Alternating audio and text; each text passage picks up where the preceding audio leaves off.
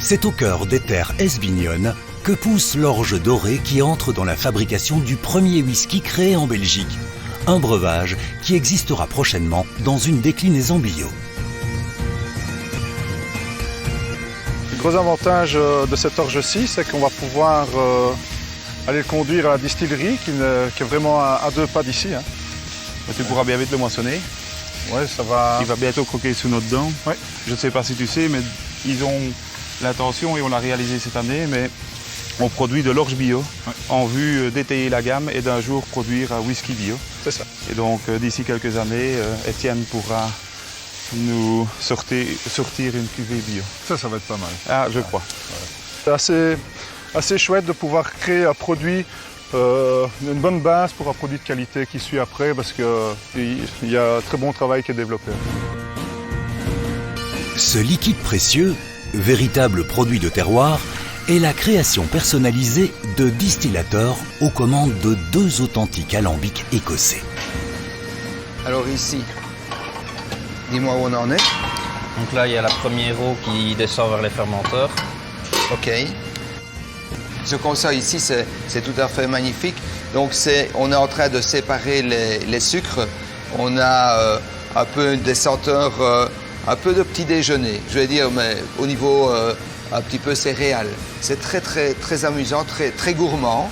D'ailleurs, si on s'amusait à le goûter, vu que c'est très sucré, on ne le ferait pas très longtemps parce qu'on prendrait peut-être quelques kilos, mais c'est ici que le sucre se libère et qu'on va pouvoir déjà avoir des petites senteurs qui sont en train de se faire au niveau de la céréale. C'est vraiment juste magique.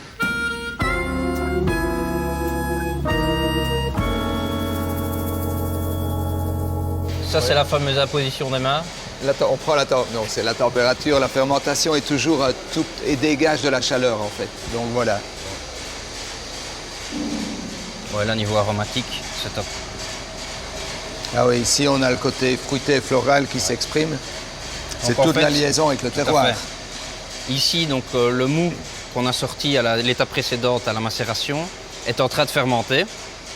Donc c'est là que les levures vont libérer l'alcool que nous allons ensuite distiller et qui va donner, après tout ça, donc notre spirit qui va pouvoir aller en fût et faire le whisky.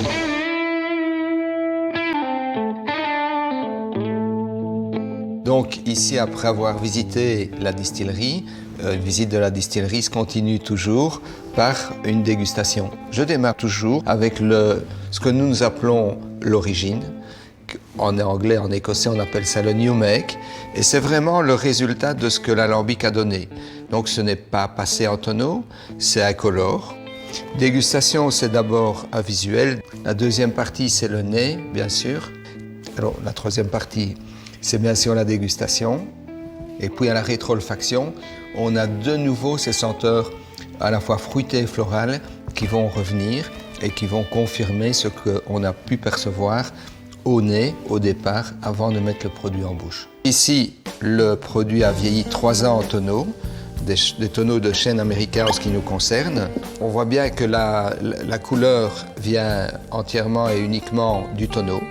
Donc voilà, on a ici donc le mariage parfait entre le terroir, les senteurs fruitées et florales du New Make, et le fût, donc le chêne américain qui va nous apporter ces notes un peu chocolat, noisette, vanille, cannelle, gingembre. Et c'est juste magique. Quand vous viendrez visiter la distillerie, vous aurez l'occasion de goûter beaucoup d'autres choses éventuellement.